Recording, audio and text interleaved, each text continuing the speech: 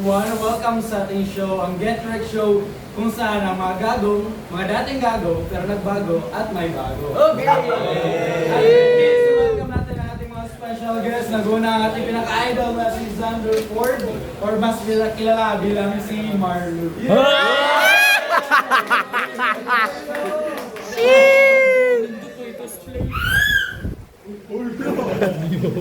So, idol Xander Ford. Hindi ba kita matanong, boss? Mabalik tayo kung pumapatok na yung negosyo mo. But the question is, kumpal ka ba?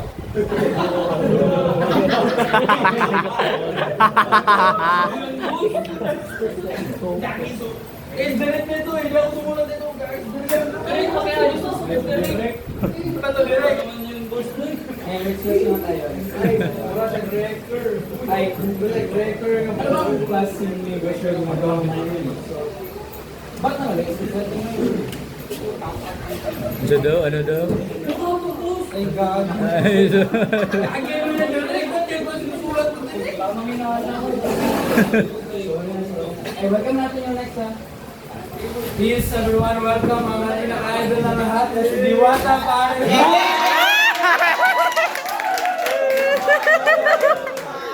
angas!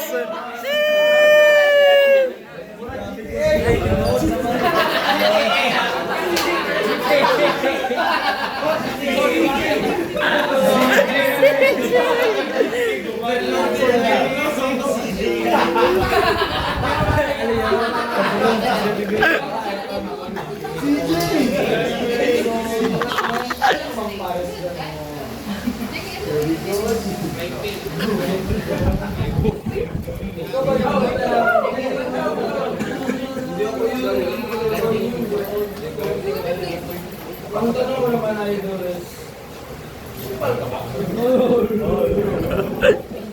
Gulang isa. Kupal ka ba?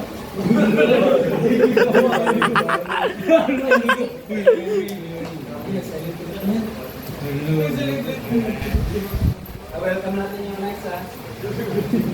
Everyone, please welcome ang pinaka-mami, Mima na lahat, si Idol Outlom natin.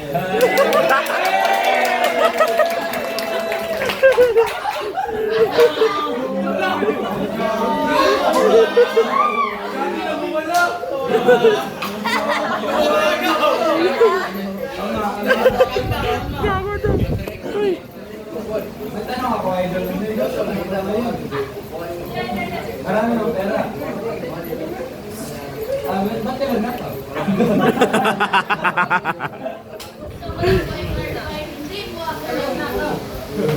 Here ang aking consigns. Ang meaning ng magnanakaw ay pupasok sa pribadong lugar. Nasa publiko ako ng sila sa nagkakapon. Pinintag ko yung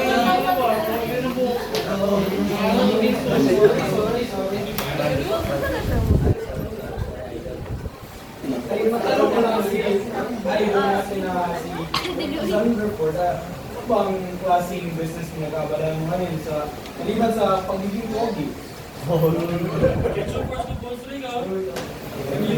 Sabi mo, pwede mo ako. Pwede mo!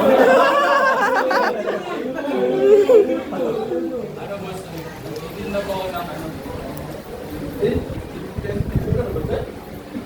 Ay, hindi. Ay, gagi, sorry, Idol. Direct na ito eh.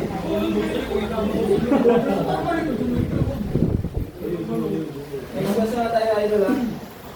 So, para sa'yo, mahirap bang mag-manage ng negosyo or mag-manage ng kabakuha? Tumawa, Idol! Tumawa! Ano naman, anong mamanit? Kung ano?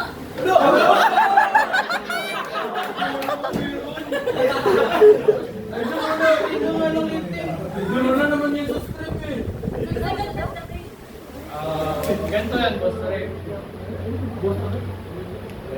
Tama yung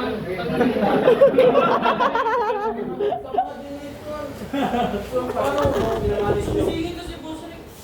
Oo, galing. Hindi ako galing. Paano yung nakamanis yung negosyo mo sa sarili ko? Hindi lang, boss Ray. Magpasikan ka. Paano yung pinakasita? Mag-live. Chat. Tapos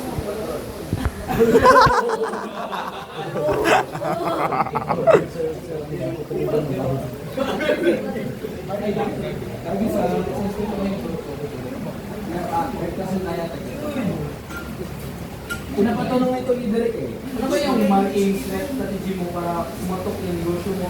Nilagay mo ba yung mukha mo sa marketing mo? No need na po. Marketing, isa sa pinaka-importante na marketing to. Kung balak mo mag ng negosyo, kailangan mo na unahin mo sa sarili. Ba't mo yun?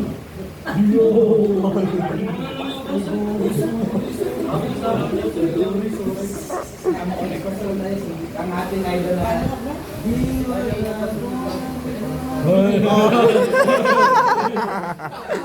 bago fix. Isa yan. So sumisikat na yung pares niya ngayon sa buong bansa. Ba't ito mag-process na natin?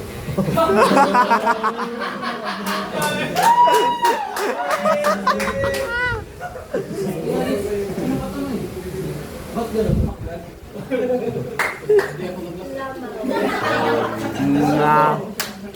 Ganito, gago pa ba? Ay, ganyan. So, what made you into the type of business you like sa food industry? Sino ba nag-inspire sa'yo? Honestly, Ba't ganun? Saya ka ba? Saya ka ba? meron ako translator.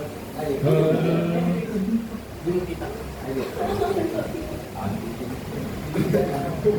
next question tayo. Masarap sa talagang Paris Mall. Marami nang bumibili dahil sikat ka na. Nampak ito sa lupi. Sa buka ka daw siguro. Kau ka nini.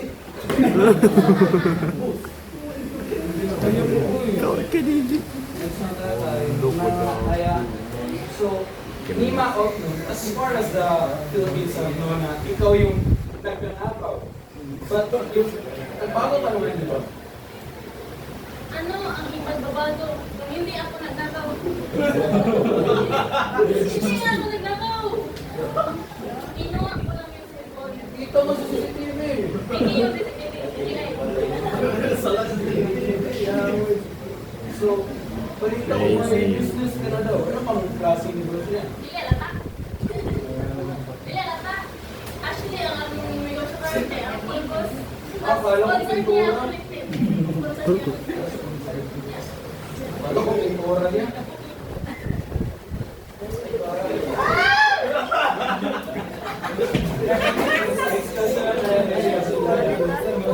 So, sino ba ang nagbigay sa iyo ng ideya or inspirasyon na mag-start ng ganyang kagagawan?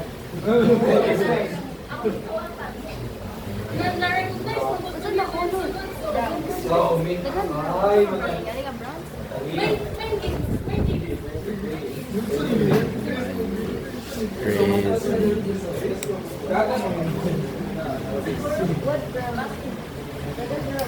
ano ba yung ginagamit mo? Nakadepende sa ano.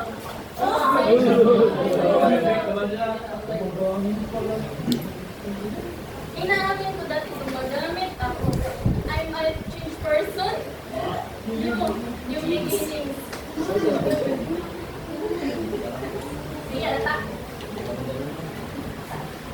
So, may dalawang anak. Ano pa mga pangalan ng anak?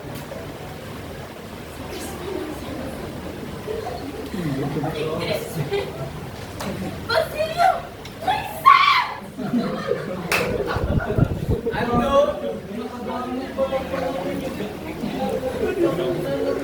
Ano ni Christine, may anak na rin. May apo na. Concept sa podcast. May mga kaapo ba? Ano yung manin mo na itong Hindi, wala na rin. Tatag na ka. So, ano ba ang masasabi mo sa mga taong nawala ng pag-asa dahil umabot din ka sa point na yun para magsimula ng bagong buhay at mag-start ng negosyo? Para sa taong walang pag-asa, huwag mawalan ng pag-asa. My kids, my kids. Parallel in the world, yes. Ano ba ang advice na, like, real advice na mabibigay mo? Like, paano? Trust in yourself. Believe in God. Yes. Baya itong nangawag ko. Di ko nagturo ko pagpangawag ko. Dahil niya po na opportunity. Kaya natin yung opportunity nga makakwarta ko. So, yung I take the risk. 9 years ka mag-risk ko. Wala ko pa na risk ka na ko TV. Pero ako kinuha ang risk. Ina na dapat ang mention ako. Ang mga entrepreneurs.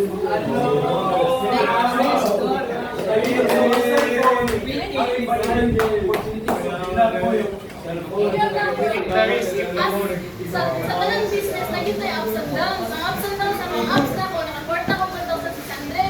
Hanggang sapit ko ang risk. Learn from me. Sa'yo, Diwata, ano ba yung pinasipit ng policy? Diba, pagkain lang yan eh, madaming magkapareha. So, what makes your business stand out from others?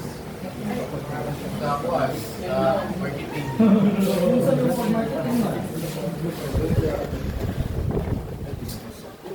Secret lang yan. Baka magtukod ka ng parisan. Sayang naman, palisan.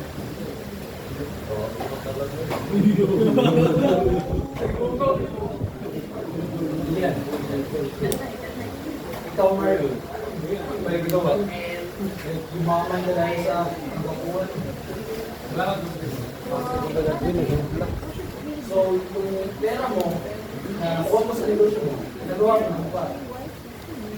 Gawa na nga. Gawa na nga. Ipapagawa pa.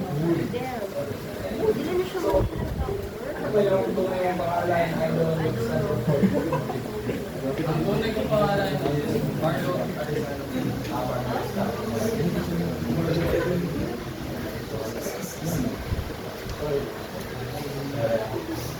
Ikaw ba yung bata? Matanong kita ulit, ba't ito na? Kasi ilan. Dahil marketing. Ay, marketing pala. Marketing. Marketing.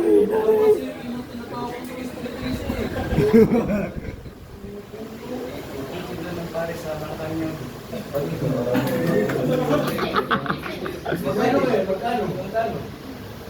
Gusto ka kasi rights.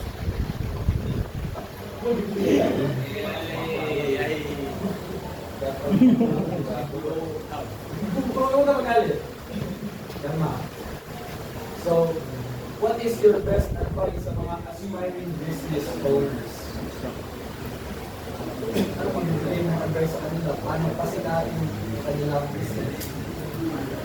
What? Magting ka ng sounding people. One yun, bali sa mga food sellers, yung mga democracy. Explain it. Explain it sa'yo. For the people, by the people, for the people. Tumakbo sa Senado.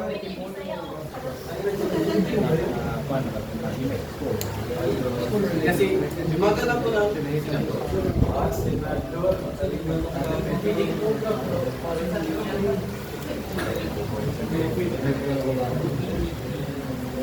May magbigay bang idea sa atin na stress lang. Saan ako, anong tatarget ko?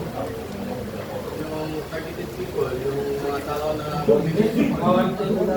hindi po, malinis po aming parisan. Yung background,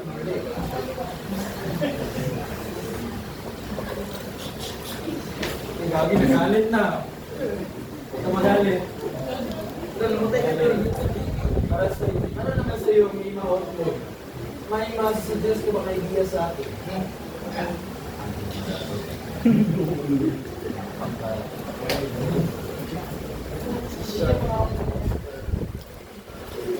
Lagi daw, telepon. Telepon.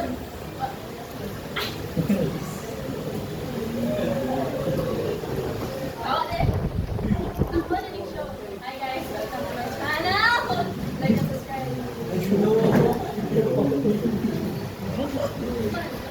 At yun na pala guys, kukunin na sila ulit na si Teacher Elan. Salamat sa panonood. Salamat sa panonood ng ating Get Rich Show kung saan ang mga gago, nagbago, at may bago.